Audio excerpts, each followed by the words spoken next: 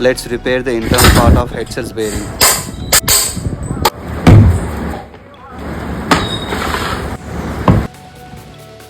Decrease the headset so that the o-ring, the spring can come out easily.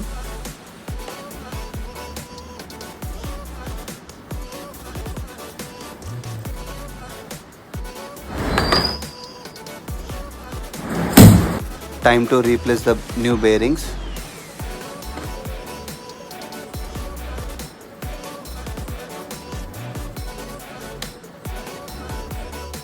Look, the new bearings are shining. Fix back the o-rings and the spacers inside whatever we have removed, and make sure that you apply more grease so that it moves freely. Let's fix back the headset on the frame and use the proper tool so that it doesn't damage the headset inside the bearings. Thank you. For more details, please follow.